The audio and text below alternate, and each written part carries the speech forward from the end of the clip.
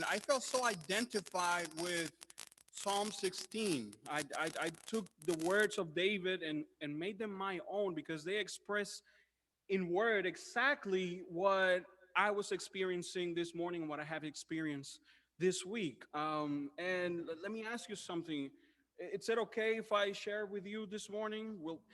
Do you allow me to take 2 minutes out of the sermon to share with you this morning, to share what I experienced this morning that is put into words in Psalm 16? Those of you who agree, raise your hand. Oh, great. Those of you who are in Zoom, you don't get to vote. Uh, I'm just kidding, but yeah, you don't get to vote because you're not here. So let me share with you what it's put into words that I experienced this morning. Psalm 16 says, "Keep me safe, O God, for I have come to you for refuge. I said to the Lord, you are my master. Every good thing I have comes from you. The godly people in the land are my true heroes. I take pleasure in them. Troubles multiply for those who chase after other gods. I will not take part in the sacrifices of blood or even speak the names of other gods. Lord, you alone are my inheritance, my cup of blessing. You guard all that is mine. The land you gave me is a pleasant land. What a wonderful inheritance. I will bless the Lord who guides me. Even at night, my heart instructs me. I know the Lord is always with me. I will not be shaken, for he is right beside me. No wonder my heart is glad, and I rejoice. My body rests in safety, for you will not leave my soul among the dead or allow your Holy One to rot in the grave. You will show me the way of life, granting me the joy of your presence and the pleasures of living with you forever. That was certainly true for David thousands of years ago. It was true for me this morning. It is true for me right now. And I am praying that this is true for you and that will be true. It becomes true for you this morning. Let us pray. Dear Heavenly Father, bless us with your Holy Spirit. Allow us to see you in a fresh new way this morning. In Jesus' name I pray. Amen. This week, I had the opportunity to share the message in the conference Youth Week of Prayer on Wednesday, and the topic, the theme that they assigned to me was, Lord, heal me and I will go. I had such a great time with that too, and I was very moved by what God had to say in his word about that specific topic. And today, after I finished sharing the message and studying and everything, I said to myself, man, this is so good. I have to share it with my family at Jackson Heights. And is it okay for you? Is it okay if I share with you this morning? I said I had to share this with my family at Jackson Heights because I was so blessed by it. So today we're going to expand a little bit on that topic, but let me make something clear, just in case. Let me make something clear, just in case. If it happens to be that in your mind, you say in your heart, the sermon on Wednesday and now today, maybe the pastor is going to recycle the sermon that he preached on Wednesday. That's what we're going to get, recycled sermon. If that happens to lurk, if that idea happens to lurk in your mind this morning, I want you to say with me, repeat after me. Well, if that thought is in your mind, you can repeat it. Yes. Get behind me, Satan. Get behind me, Satan, because that is not the case. Take that thought out of your mind. Your associate pastor believes in freshness and loves freshness. I love fresh fruits, fresh air, fresh bread, fresh water, and a fresh message from the Word of God. So, and I know that Pastor Siciliano also, we were talking about that a couple of days ago. He shares that sentiment. So that's not going to be the case. It's not the same sermon as that I preach on Wednesday. It's on the same topic, but it's fresh and it's tailor made for our situation here at Jackson Heights. We leave the recycling for sanitation. Okay, are we clear on that? All right. So if I want you to follow me, I'm going to invite you to go into your Bibles to the book of John. A couple of on January, I think I mentioned that most of the time, since we are talking about the teachings of Jesus, I was going to spend most of my time in the book of Matthew.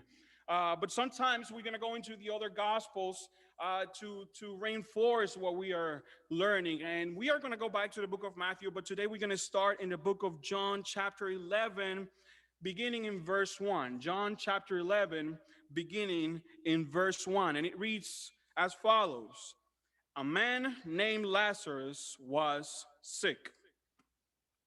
Well, that was straight to the point, wasn't it? A man named Lazarus was sick. And talking about sickness, we have mentioned this a couple of times, but I'm going to remind you again. Brother Tomas, it's going through sickness today. And it has been a difficult week, and I know Pastor Siciliano and the elders have been working around the situation with many difficulties that have arisen. So I will invite you to pray for Brother Tomas in his situation so that God can do his will in this particular situation. But he's not the only one, is he? There are many of us this morning that are in need of some type of healing. Maybe in your case, it could be physically, it could be mentally, maybe your case is emotionally or even spiritually. But I know that somebody this morning is in need of healing, and I certainly am. So I'm going to invite you to verbalize this morning, because maybe you're not in need of healing, but you might be praying for somebody dear to your heart that is in need of healing, and you're asking God to heal them. So I want you to verbalize it this morning with me and say, God, heal me. God, heal me. God, heal me. You can say it in your heart. Heal my mother. Heal my father. Heal my husband, my wife. Heal my sister or my brother. Heal my aunt. Heal my friend. Somebody here is in need of healing, or somebody that you know and you love is in need of healing. And I want you to say, God, heal me. As we go into the Word of God this morning, I want you to be certain that that prayer is being heard by God. I want you to be certain and have the certainty that God is listening to you. God is aware. God cares. So John chapter 11 verse 1 says that a man named Lazarus was sick. Every time that John begins a new narrative about a story of Jesus, he usually has an opening sentence that sets the stage for the scene that he's about to introduce. So sometimes he begins the sentence by saying, as Jesus was walking, so and so happened.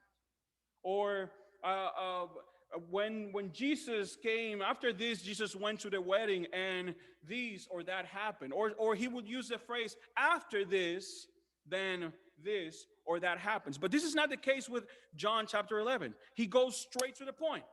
There is no setup nor anything. He goes straight to the point. A man named Lazarus was what? Was sick. He wants you to know it from the very beginning. He wants you to keep it in mind as you read the rest of the story. A man named Lazarus was sick. And everything that happens after this sentence, it's supposed to shock you in relation to the statement that he made right at the beginning. So if you never read this story, if you happen to read Matthew and then Mark and then Luke, and you never read this story, but you know already something about the ministry of Jesus because you have read the other Gospels, and you know some of the things that he had done already, some of the things that he had said, well, you would read this statement, you would begin reading this chapter, a man named Lazarus was sick, and immediately you will say, well, I know exactly what's going to happen. You read it, a name named Lazarus was sick, and in your mind right away you say, and he was healed. If you never read that chapter, I mean, when I read it for the first time, that was my first assumption. Why? Because Jesus had always done the same thing. From the very beginning, he was healing people. I mean, his ministry characterized by that. So I read a man named Lazarus was sick, and you will be perhaps right to assume, and he was healed. But that is not the case in this story, is it? That is not the case in this story because that's not what happens. Look, when we read from verse, let's begin from verse 1 all the way to verse 5. Look what it says. A man named Lazarus was sick. He lived in Bethany with his sisters, Mary and Martha. This is Mary who later poured the expensive perfume on the Lord's feet and wiped them with her hair. Her brother Lazarus was sick. And verse 3 says, so the two sisters sent a message to Jesus telling him, Lord, your dear friend is very sick. A very literal translation from the Greek says, the one you love is sick, is very sick. And verse 4 says that when Jesus heard about it, he said, Lazarus' sickness will not end in death. And verse 5 says, so although he loved Martha, Mary, and Lazarus, he stayed where he was for the next 2 days. This is interesting. So this is a guy that Jesus loved, a family that he loved, and he gets sick and he doesn't immediately go. I mean, think about it. If you get a call that a relative of yours is sick and you have the possibility to make your relative well or your friend well, and they tell you he's very sick, would you go right away or not? You would, right? You would go and aid your father or your mother or your sister or your dear good friend because you could. But that's not the case. Jesus says, "Oh, you know what? This sickness will not end in death." And he, instead of going right away to heal them, the guy that was his friend that he loved, he stayed a couple of days and didn't go immediately. And he said that his sickness was not going to end in death. Yet that's not what happened. That's not what happened. Apparently he was wrong because in verse 13, when we read it, it confirms that Lazarus' sickness was so grave that in fact he died. If you're reading this for the first time, you might be puzzled a little because this is so uncharacteristic from Jesus' ministry. Somebody's sick. He has the possibility to heal them. He had healed many strangers. And he knows this person and he doesn't go and heal them. What is going on? Jesus loved him. And on top of that, he says something that perhaps to some people is kind of bizarre. When you go to verse 15, he says, after telling his disciples and confirming to his disciples that Lazarus was actually dead, he says, I'm glad it happened. What? What is going on? After he confirmed that Lazarus is dead, after he said that his sickness was not going to end in death, he actually dies. And after he confirms it to his disciples, he says, I'm glad it happened. What in the 7 plagues is going on here? I'm glad it happened.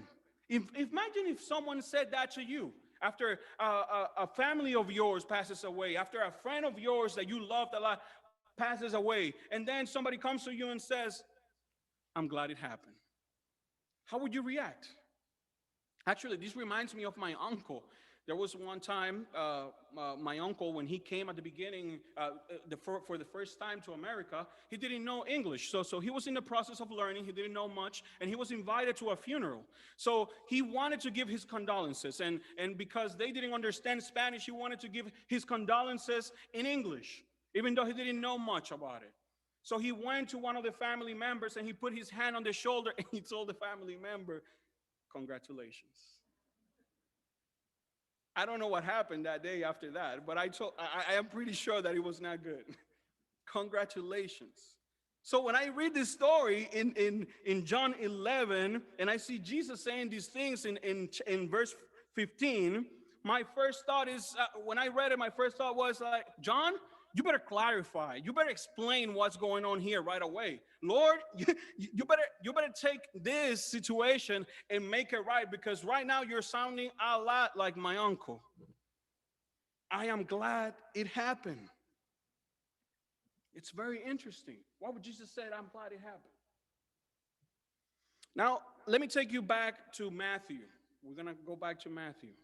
Um, and if you remember, in Matthew chapter 5, where Jesus is giving his first sermon, uh, I don't know if you remember some of the things that we have explored. And I know that I make a lot of reference to the Sermon on the Mountain in Matthew 5, but let me tell you something. I think the Sermon on the Mountain is loaded and it's very important. Actually, the servant of the Lord, Ellen G. White, she says that Matthew 5 is so loaded and it's so, it has so much in it that if that's the only thing that you had, if you lost the rest of the Bible and the only thing that you actually retrieve is the Sermon on the Mountain in Matthew chapters 5, 6, and 7, you will have everything that you need to achieve salvation. If that's all you had. That's how loaded that sermon is. So I make a lot of reference to it all the time. So please don't get tired. So if you remember some of the things that we have studied, Jesus is giving his first sermon. He appears in front of Israel, and he started preaching about the kingdom of heaven. And he said things like, "Blessed are the poor in spirit, for theirs is the kingdom of heaven." And when people heard that, they were astonished. They couldn't believe what he was saying. What? What does he mean by that? Wow, that is amazing. People were astonished at the things that Jesus was saying. And they didn't notice it then. But Jesus was doing, and what he was saying and what he was doing meant a lot more than what they were aware at the time. For example, if you read the first chapters in Matthew, you will notice, perhaps you have noticed this, that Jesus is retracing the steps of Israel. Jesus is retracing the steps of Israel. In chapter 3, Matthew chapter 3, we see Jesus getting baptized. Just like Israel in Exodus, when they went through the water, when they crossed the Red Sea. Remember? It was sort of a baptism. And now Jesus is also going through the water just like Israel. And right after they went through the Red Sea, they went into the wilderness. And then after Jesus got baptized, what happened? He went into the what? Into the wilderness. And there he got tempted. But where Israel failed, he didn't. He didn't fall before temptation. He came out victorious. And now, after achieving victory in front of Satan, after he was tempted in the wilderness, he comes and he stands before Israel, just like he stood before Israel in Mount Sinai when he gave the law to them. And now Jesus is explaining the law to them. Jesus is standing before them just like he was in Mount Sinai. So Jesus is retracing the steps of Israel. And in Mount Sinai, he gave Israel his law, and his law was meant to be a revelation, a new revelation of his character. And when Israel received that revelation, what were they supposed to do with it? They were supposed to share it, experience it, and share it with the rest of the world. I mean, remember when God promised to Abraham that all the nations of the world were going to be blessed through him, right? So that was supposed to be fulfilled with Israel, and so they could share the revelation of the one true God to humanity, a world, mind you, that had forgotten who God was, that had forgotten who the real God was and what it looked like and what he was all about. And that's why they had so many different gods, variations, shades of the one true God, but they were not real. And Israel was supposed to share it with the rest of the world. They were supposed to share the blessing. They were supposed to share that revelation. And everything that God put in the law, everything that he wrote with his own finger, scream out loud, I am the creator. I am the one true God. I am love. They were supposed to share that with the rest of the world. But did they? No, they didn't. They received God's goodness, and they were supposed to share it with the world. They received the goodness and the message that it was supposed to be about unity. It was supposed to be about redemption. It was supposed to be about wholeness. It was supposed to be about salvation, and instead they turned it into something that it was not. Disunity, nationalism, disdain for people that were not part of them. That's what they turned it into. So here is Jesus after many, many, many years after that, standing before Israel. And now in chapter 5, just like he was standing before them back in Exodus and gave them the law, now he explains it to them. So the lawgiver becomes the law explainer. He's explaining the law to them, clarifying who God was. He began to redraw the picture of what the heart of God really looked like.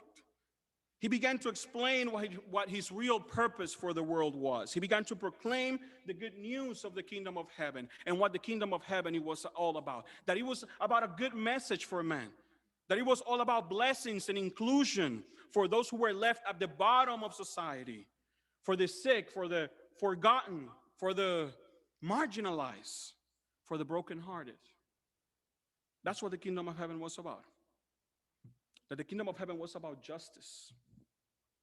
So that's the message that Jesus was explaining to them, making it clear to them. He was giving them a new revelation of himself. That's what was happening in the Sermon on the Mount. Jesus was giving Israel a new and fresh revelation of God. Now, the interesting part is that when Jesus finished giving that revelation, when Jesus finished his sermon, he came down from the mountain, and after telling them what the kingdom of heaven was about, after telling them about God and what he stood for, after telling them all those things, he decided it was time to show them what the kingdom of heaven was about. It was time to give them a visual lesson of what he was talking about in the previous chapters. So that's why after he's done with the Sermon on the Mountain, now in Matthew chapter 8, verse 1, look what happened. Look what was the first action of Jesus when he was about to show them what the kingdom of heaven was all about. When he had come down from the mountain, great multitudes follow him.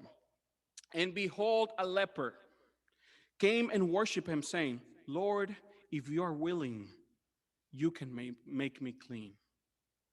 Then Jesus put out his hand and touched him, saying, I am willing, be cleansed. Immediately his leprosy was cleansed. Jesus' first action in his mission to bring about the kingdom of heaven was to go and heal a leper.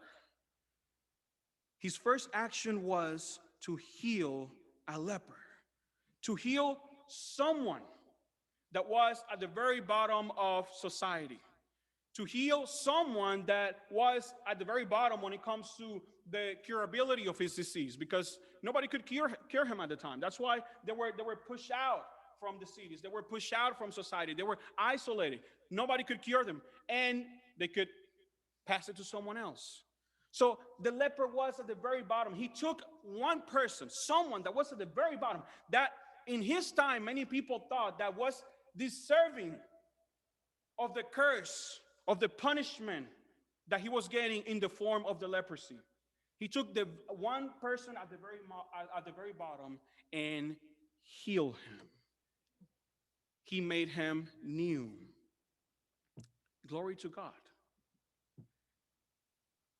Tell your neighbor, he's a God of healing. Tell your neighbor, he's a God of healing. He is a God of healing. Praise the Lord. So then what's going on in chapter 11, in John chapter 11? Because from the beginning, as soon as Jesus decided to show what the kingdom of heaven was all about, he healed someone. And from there on, he kept healing and healing and healing and bringing out demons and cleansing all types of diseases. So now a loved one that he actually knows and had spent time with, is sick. Is with an illness. And instead of going right away, he decides to wait. It doesn't make sense. Apparently. So, in, before we go to John chapter 11, let's take a look one more time to to Matthew chapter 8, because there is something odd and amazing at the same time that happens here.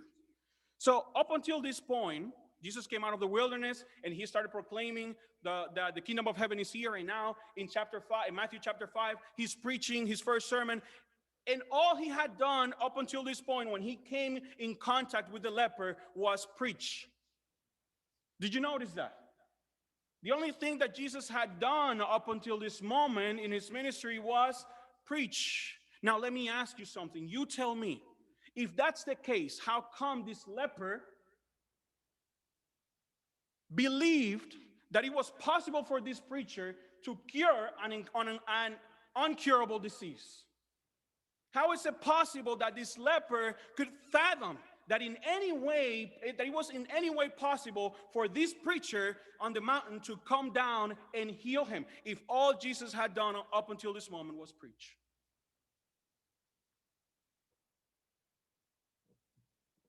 I mean, there is no precedent.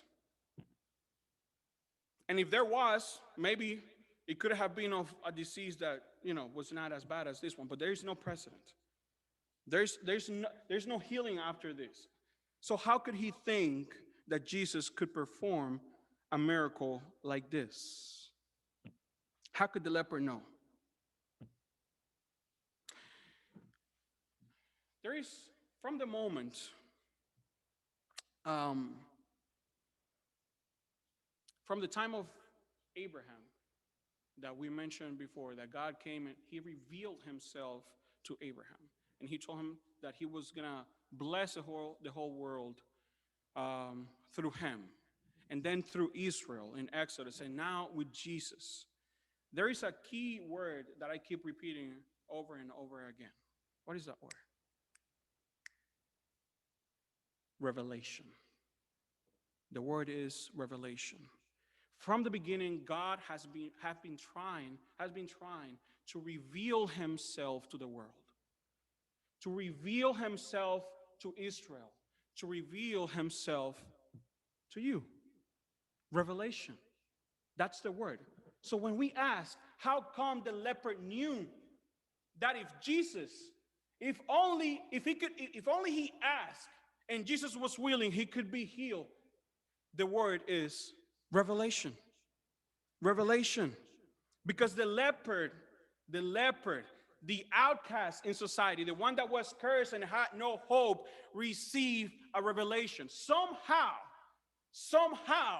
during the time when Jesus, in the previous chapters, when Jesus was preaching his sermon, at some point during that sermon, an idea was born in the leper's mind. An idea that perhaps I could be healed. Perhaps God, after all, loves me. Perhaps, after all, I am not cursed. Perhaps, after all, God wants to heal me. He received a new revelation of God from Jesus. And that motivated him. That gave him hope. That although he had an incurable disease, if he only got close to Jesus, if he only asked to be healed, he knew who Jesus was. He knew that he could be healed. He knew that he could be made whole. He received a revelation. You hear that? A revelation. Before the man received a miracle, he received a revelation. Not an excuse, not an explanation of the biology of his disease, not a reason as to why he was enduring this. He received a revelation. We always want to rationalize things. I certainly do. We want to rationalize what we go through. I feel tempted often to rationalize the things that I go through or what other people go through. But sometimes people don't want a reason. They just want assurance that in the middle of the storm, God will not abandon them. Sometimes we don't want a reason. We just want to be assured. So we don't have to look for a reason on everything bad that happens to us or everything good. By healing the man, the leper, Jesus was saying something loud and clear, an important message. It doesn't matter the reason. It doesn't matter the reason. You might be going through a disease today. You might be going through some trouble today. You might be going through a problem that perhaps nobody else knows. And you might be going through it by yourself. And you might be questioning, why is this happening to me? That's the first question. That's sure the first question that I have asked every time that something bad has happened to me. Why me? Why now? What have I done? We always ask why. And what Jesus is telling you today is you don't need a reason. What you need is a revelation of who I am. And that leper had it. That's why he was able to go to Jesus with the certainty that if Jesus wanted, he could heal him. He had a revelation that the one standing before him was more than just a simple man, was the God Almighty himself, and that he had power. He received a revelation of a powerful God, a God that loves, a God that doesn't curse people because they have done something bad and then throws them away, like people have done with lepers in society often. A God that wants and can heal him. He received a revelation and then he received the miracle.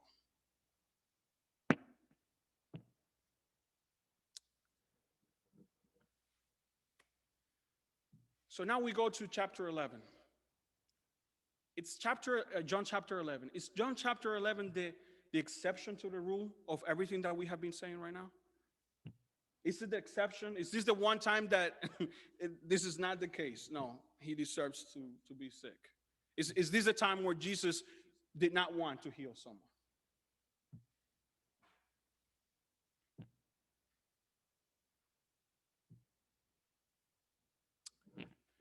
I'm going to put it plainly. This is not the time. Jesus did not go just because he didn't want to heal Lazarus. That is not consistent with his ministry. I bet he really wanted to go and heal Lazarus. But Jesus said something important. Lazarus' sickness will not end in death. That was his response when he was told that Lazarus was sick. So if all the way until this point, everything that God has done is try to reveal himself as a one true God, try to give Israel, try to give his people a new revelation. Just extrapolate that into chapter 11. That's exactly what's going on here. Why did Jesus did not go right away when he was told that Lazarus was sick? Because he wanted to offer a new revelation of himself. He wanted to give them a new revelation of who he was. He told them Lazarus' death will not end, Lazarus' sickness will not end in death. You know what that means? That the revelation that he had for his people, the revelation that he wanted to share with them, the new way that Jesus wanted Israel to see God was not revealed in verse 40 when Jesus did the miracle. It was not revealed when Jesus all of a sudden did something amazing. No. The revelation began in verse 4 when he said Lazarus' sickness will not end in death. He didn't say it will get better. He didn't say he will not die. He said it will not end there. That's what he said. It will not end in death. And when he decided to go after 2 days, that by then 4 days had passed, when he decided to go after 2 days, it took about, I think, 2 days for him to arrive. The point is that when he arrived to Bethany, it had been 4 days that Lazarus died. And when he arrived, after everyone came to him and kind of like threw it in his face, hey, if you would have been here, perhaps he would have been healed. Perhaps he wouldn't have died.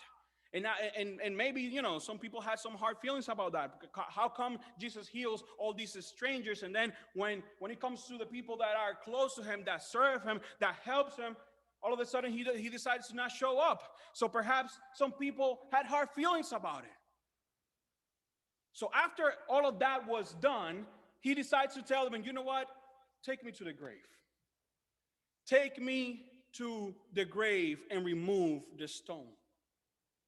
The interesting part is that the same people that follow him, the same people that trust him, the same people that believe in him, are the same people that objected to what he was about to do. Jesus, how come are you going to do that? Don't you see that he's dead already? He's already rotten. He smells. What are you doing? Has grief made you crazy? The same people that believe in him were the same people that objected him opening or asking for the stone to be removed. Jesus, what are you doing? It has been 4 days. He is more than death. And there was some sort of belief at that time that in the first 4 days, in the first 3 days, people died, but their soul was somehow reachable still. So 4 days later, after a person died, that's it. If there was anybody that could do something, that person can't anymore. So there was no way that Jesus could do anything. The same people that believed in him objected when he asked to remove the stone.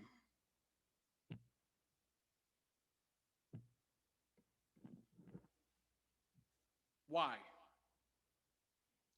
Because they needed a revelation from him. Up until this point, they knew Jesus as a healer. They knew Jesus as someone that could heal someone very sick, someone that could heal even an incurable disease in those days. They knew Jesus as healer. But Jesus decided that day they were going to receive a new revelation of himself. They would see him not only, after this day, they would see him not only as a healer, but as the giver of life. They were going to see him not only as a healer, but as him who has authority even over death. They were going to receive a new revelation. And that's why he told them, take me to the grave and open the stone. And right before that, he started the revelation when he told his disciples, hey, his sickness will not end in death. And then when he arrived to Bethany, he kept pouring out the revelation. But people did not understand his words because he told Martha, hey, if you believe in me, you will not see death. Of course, in other words, he said, I am the resurrection and the life. And those who die, even though they are dead, they shall live. Everyone who lives in me and believes in me will never die. He was giving them in plain words. Maybe they didn't understand it back in, the disciples didn't understand him back in verse 4, but right now he's saying, I am the resurrection and the life. And there's a dead man here that we are all mourning, we are all crying, and it doesn't seem to register in people's minds because they needed a new revelation. They didn't know him like that. But the opportunity now has presented where Jesus can reveal that part of himself, that part that they seem not to understand with words. And the same way that he preached in the Sermon on the Mountain in Matthew chapter 5, 6, and 7, now, and then after that, he showed them by healing the leper. Now Jesus came to Bethany, and he told them with words first, and now it's about to show them. And he said, remove the stone. And even though people objected, he didn't care about that. He didn't pay attention to that. He prayed, and then he said with a loud voice, Lazarus, come forward. Lazarus, come out. And something unprecedented happened that day. Somebody that had been dead for 4 days, somebody unreachable in the grave, responded, received life and responded to the call of Jesus and came forward. Lazarus came forward. They received a new revelation of God that day. They received a new revelation of God that day. And I have been praying this week, and I have been praying this morning, and as I preach, I have been praying in my mind that today you receive a new revelation of God. That today you receive a new and fresh revelation from God so that you can see him for what he is. So sometimes we go through so many hardships. We go through sicknesses, through different circumstances that are negative in our lives. And that's when we start questioning, does God cares? Is God aware of what is going on?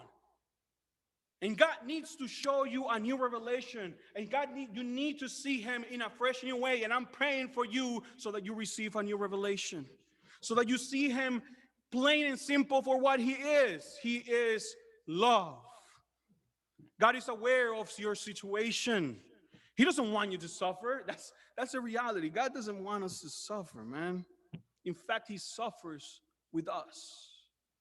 And if anything remained in your head from the last time that I preached, is that he's aware of this power, of these powers that are so small, and he knows when any of them fall in the ground, how much more would he care for you and be aware of what's going on in your life. So you need a new situation. God wants to heal you. He wants to be your healer. Because that's what the kingdom is all about. That's what the kingdom is all about. Can he heal you? Yes. Does he want to? Yes. I am certain of that. So, you know what? I have stopped asking God to heal me. I don't ask that anymore. And I think from now on, I will never ask that again. I'm not going to ask God to heal me. What I ask now is, God, give me a new revelation. Because I know that with the revelation comes the miracle. With the revelation comes the miracle. As I said, he doesn't want you to suffer. He doesn't want you to go through bad circumstances, through hardships. He didn't create you for that. The reason that we experience that has nothing to do with the will of God and everything to do with the world that we are living in. A sinful world. A world in decay. So we go through those things. But what I'm learning here, what I'm trying to share with you is that even though we go through those things, or when we go through those things, God is always on the lookout to see how he can convert it into something positive for your life. How he can make it a benefit for you at the end of the road. Even though we go through those things, God is on the lookout to do something amazing in your life.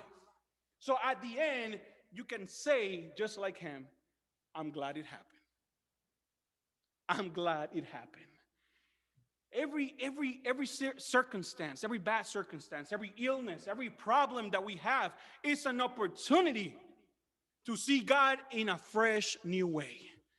To receive a revelation of him that we didn't have before.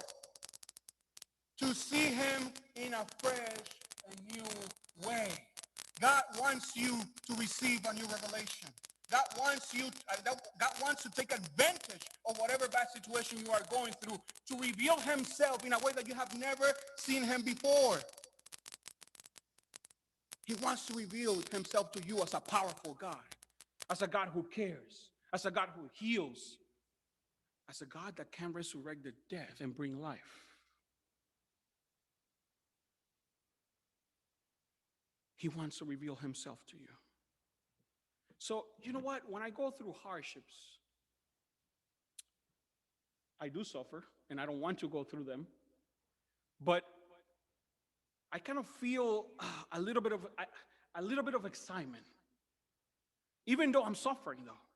I don't want to go through the hardship. I don't want to go through the illness. I don't want to go through that process. But we do. The fact remains that we do. And when I do, I feel a little bit of excitement. Just a little bit. You know why? Because I'm about to see God in a way that I never saw him before. I am about to see God in a way that I have never seen him before. And the harder the situation, the more impossible to overcome the hardship, the bigger revelation of God. Up until that moment, they knew him as a healer, Actually, even before that, they didn't know him as a healer. They didn't know that they could do something like that. And he showed up not only as a preacher, not only as a bearer of good news, but also as a healer. And after that, they didn't that's all they knew him for. And he showed up to Lazarus' town and revealed himself as more than just a healer, but as the giver of life, as somebody that is the life and the resurrection.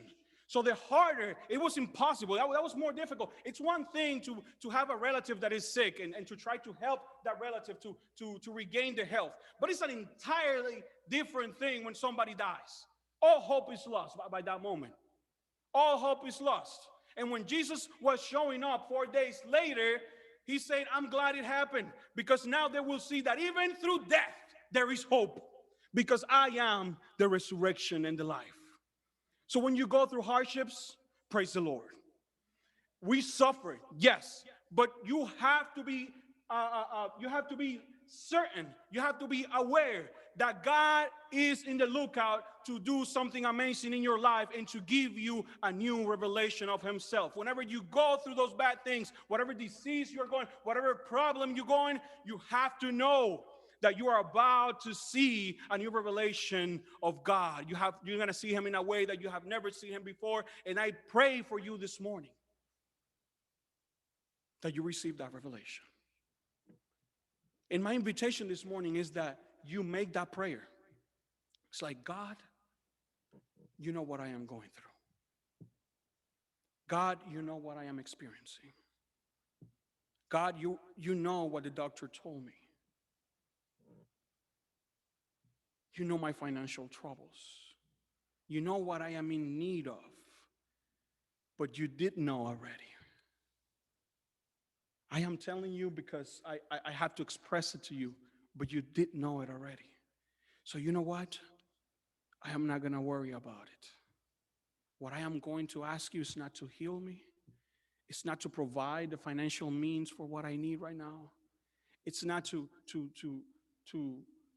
make me whole again, to heal my broken heart. What I am going to ask you is that you reveal yourself to me. I know the miracle will follow. I know for a fact that the miracle will follow. So as I want to pray for you because I really want that to be a reality. It has been the past 4 weeks were very difficult for me and my wife, and at some point I was asking for the very same things that I'm telling you that I don't ask anymore, and at some point I had to say, God, just reveal yourself to me. Let me see you in a new way, and I know you will take care of the rest. So I want for you this morning or this afternoon already. And if that's okay with you, I would like you, if that's something that you want, whatever your situation is, if that's something, if you want that revelation from God, if you want to get to know him in a brand new way through your hardship, I invite you to stand up so I can pray for you. I invite you to stand up. I know the people that are in Zoom, you don't have to stand up, but your heart is there, and I know. And God knows it, more importantly. God wants to reveal himself to you. And what I saw in John 11 tells me that the people that we have lost last year, this year, and the people that we continue to lose, all of us have lost somebody this year or know somebody that has passed away, a friend, a family. And what John chapter 11 is telling me is that death, it's not the end. From the beginning, Jesus said his sickness will not end in death, because death is not the end for those who believe in Christ. We are about to witness the biggest revelation of God as a life giver. In Genesis, we saw a man receive life, come from nothing.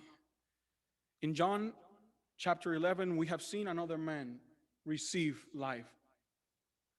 We know the story of Jesus, how he came also resurrected from the death and received life, regained his life. All that is precedented. But we are about to witness something unprecedented. Millions upon millions of people receiving life again. And in that day, when we are reunited with our lost ones, when we are reunited with the people that we love, that we have lost this year, this week, last month, you will say, I'm glad it happened. Dear Heavenly Father,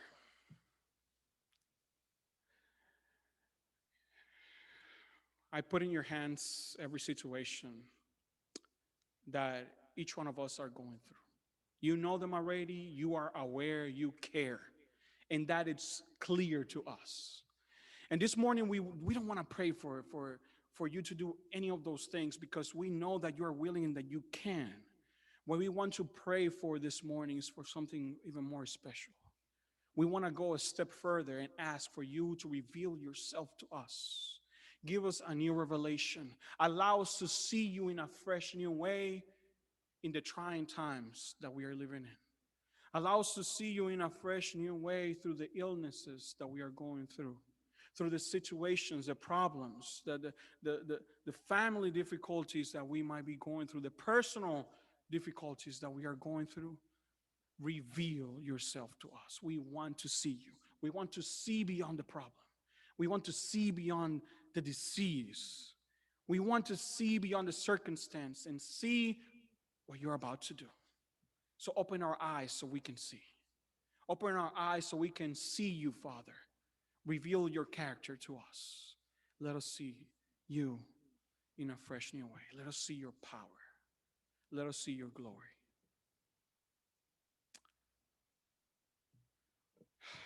In Jesus' name I pray. Amen. I want to Amen. leave you before we sing with the last part of, of